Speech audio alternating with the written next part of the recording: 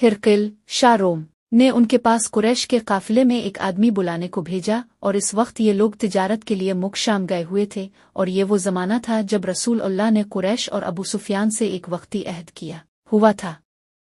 जब अबू सुफियान और दूसरे लोग हिरकिल के पास अलिफालात पहुंचे जहां हिरकिल ने दरबार तलब किया था, उसके गिर्द रोम के बड़े बड़े लोग, उलमा वुज़रा उमरा बैठे हुए थे। हिरकिल ने उनको और अपने तर्जुमान को बुलवाया, फिर उनसे पूछा कि तुम में से कौन शख्स मुद्दई रिसालत का ज्यादा करीबी अजीज है।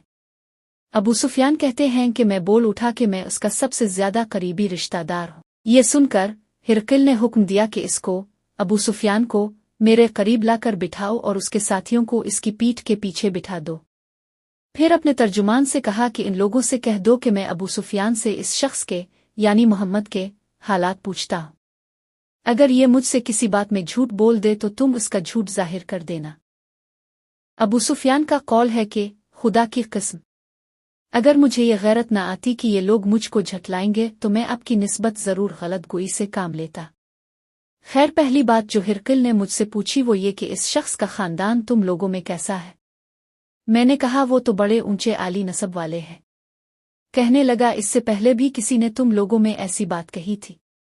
मैंने कहा नहीं। कहने लगा अच्छा, उसके बड़ों में कोई बादशाह हुआ है। मैंने कहा नहीं। फिर इसने कहा बड़े लोगों ने इसकी पैरवी इख्तियार की है या कमजोरों ने। मैंने कहा नहीं, कमजोरों ने। फिर कहने लगा इसके ताबेदार रोज बढ़ते जाते हैं या कोई साथी फिर भी जाता है। मैंने कहा नहीं। और अब हमारी इससे सुलह की एक मुकर्ररा मुद्दत ठहरी हुई है, मालूम नहीं वो इसमें क्या करने वाला है। अबू सुफियान कहते हैं मैं इस बात के सिवा और कोई झूठ इस गुफ्तगू में शामिल न कर सका। हिरकिल ने कहा क्या तुम्हारी इससे कभी लड़ाई भी होती है? हमने कहा हाँ। बोला फिर तुम्हारी और उसकी जंग का क्या हाल होता है? मैंने कहा लड़ाई डोल की तरह है, कभी वो हमसे मैदान जंग जीत लेते हैं और कभी हम उनसे जीत लेते हैं। हिरकिल ने पूछा वो तुम्हें किस बात का हुक्म देता है? मैंने कहा वो कहता है कि सिर्फ एक अल्लाह ही की इबादत करो, इसका किसी को शरीक न बनाओ और अपने बाप दादा की शिर्क की बातें छोड़ दो और हमें नमाज पढ़ने, सच बोलने, परहेजगारी और सिला रहमी का हुक्म देता है। ये सब सुनकर फिर हिरकिल ने अपने तर्जुमान से कहा कि अबू सुफियान से कह दे कि मैंने तुमसे इसका नसब पूछा तो तुमने कहा कि वो हम में आली नसब है और पैगंबर अपनी कौम में आली नसब ही भेजे जाया करते हैं। मैंने तुमसे पूछा कि दावा नबुवत की ये बात तुम्हारे अंदर इससे पहले किसी और ने भी कही थी, तो तुमने जवाब दिया कि नहीं। तब मैंने अपने दिल में कहा कि अगर ये बात इससे पहले किसी ने कही होती तो मैं समझता कि इस शख्स ने भी इसी बात की तकलीद की है जो पहले कही जा चुकी है। मैंने तुमसे पूछा कि इसके बड़ों में कोई बादशाह भी गुजरा है, तुमने कहा कि नहीं। तो मैंने दिल में कहा कि उनके बुजुर्गों में से कोई बादशाह हुआ होगा तो कह दूंगा कि वो शख्स इस बहाना अपने आबा व अजदाद की बादशाहत और उनका मुल्क दोबारा हासिल करना चाहता है। और मैंने तुमसे पूछा कि इस बात के कहने यानी पैगंबरी का दावा करने से पहले तुमने कभी इसको दरोग गोई का इल्जाम लगाया है? तुमने कहा कि नहीं। तो मैंने समझ लिया कि जो शख्स आदमियों के साथ दरोग गोई से बच्चे वो अल्लाह के बारे में कैसे झूठी बात कह सकता है। और मैंने तुमसे पूछा कि बड़े लोग उसके पीरू होते हैं या कमजोर आदमी? तुमने कहा कमजोरों ने इसकी इत्तिबा की है, तो दरअसल यही लोग पैगंबरों के मुत्तबीन होते हैं। और मैंने तुमसे पूछा कि इसके साथी बढ़ रहे हैं या कम हो रहे हैं? तुमने कहा कि वो बढ़ रहे हैं और ईमान की कैफियत यही होती है हता कि वो कामिल हो जाता है। और मैंने तुमसे पूछा कि आया कोई शख्स इसके दीन से नाखुश होकर मुर्तद भी हो जाता है? तुमने कहा नहीं। तो ईमान की खासियत भी यही है, जिनके दिलों में इसकी मसरत रीछ बस जाए वो इससे लूटा नहीं करते। और मैंने तुमसे पूछा कि आया वो कभी अहद शिकनी करते हैं? तुमने कहा नहीं, पैगंबरों का यही हाल होता है, वो अहद की खिलाफ वर्जी नहीं करते। और मैंने तुमसे कहा कि वो तुमसे किस चीज के लिए कहते हैं? तुमने कहा कि वो हमें हुक्म देते हैं कि अल्लाह की इबादत करो, इसका किसी को शरीक ना बनाओ और अपने बाप दादा की शिर्क की बातें छोड़ दो और हमें नमाज पढ़ने, सच बोलने, परहेजगारी और सिला रहमी का हुक्म देता है। ये सब सुनकर फिर हिरकिल ने अपने तर्जुमान से कहा कि अबू सुफियान से कह दे कि मैंने तुमसे इसका नसब पूछा तो तुमने कहा कि वो हम में आली नसब है और पैगंबर अपनी कौम में आली नसब ही भेजे जाया करते हैं। मैंने तुमसे पूछा कि दावा नबुवत की ये बात तुम्हारे अंदर उससे पहले किसी और ने भी कही थी, तो तुमने जवाब दिया कि नहीं। तब मैंने अपने दिल में कहा कि अगर ये बात इससे पहले किसी ने कही होती तो मैं समझता कि इस शख्स ने भी इसी बात की तकलीद की है जो पहले कही जा चुकी है। मैंने तुमसे पूछा कि इसके बड़ों में कोई बादशाह भी गुजरा है, तुमने कहा कि नहीं। तो मैंने दिल में कहा कि उनके बुजुर्गों में से कोई बादशाह हुआ होगा तो कह दूंगा कि वो शख्स इस बहाना अपने आबा व अजदाद की बादशाहत और उनका मुल्क दोबारा हासिल करना चाहता है। और मैंने तुमसे पूछा कि इस बात के कहने यानी पैगंबरी का दावा करने से पहले तुमने कभी इसको दरोग गोई का इल्जाम लगाया है, तुमने कहा कि नहीं।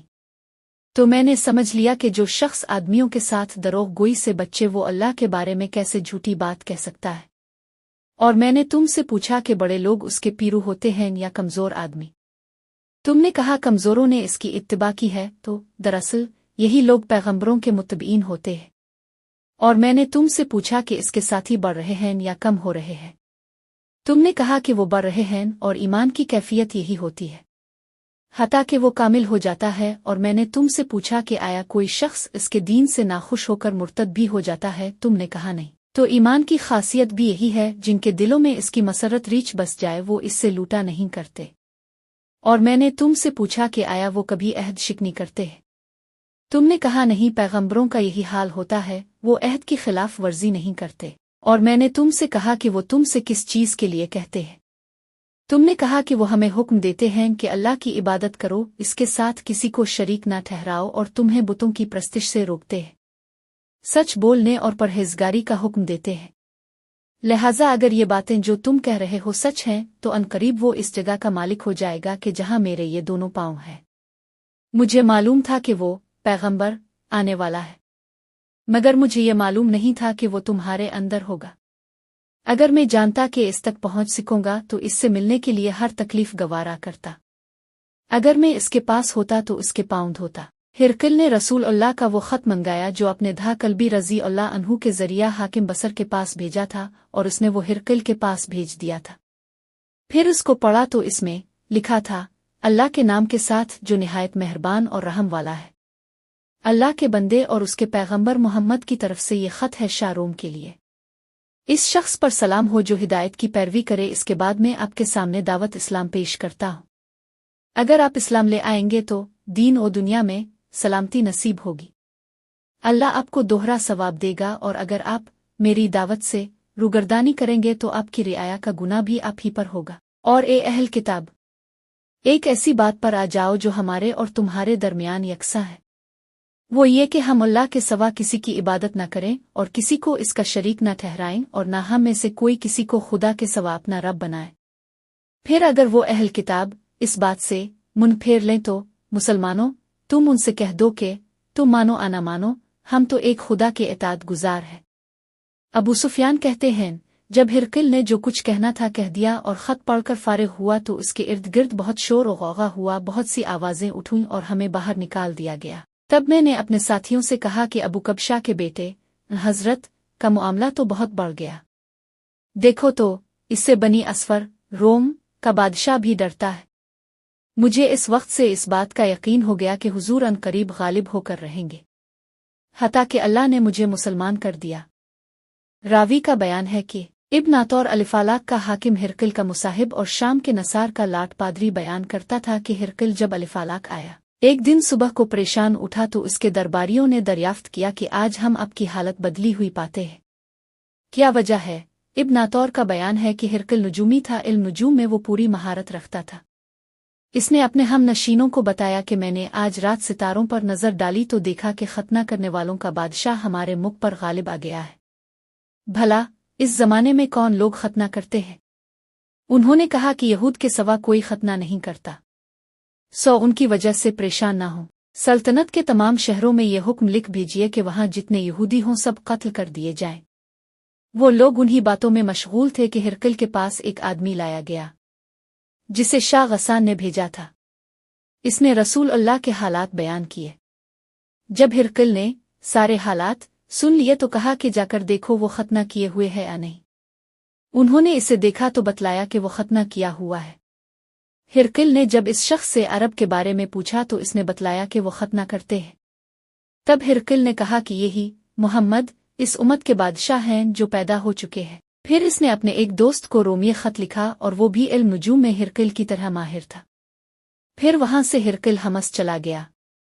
अभी हमस से निकला नहीं था कि इसके दोस्त का खत इसके जवाब में आ गया।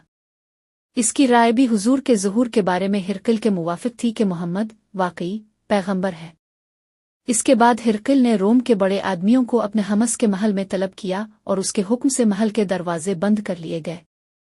फिर वो अपने खास महल से बाहर आया और कहा, ए रोम वाल्व, क्या हिदायत और कामयाबी में कुछ हिस्सा तुम्हारे लिए भी है?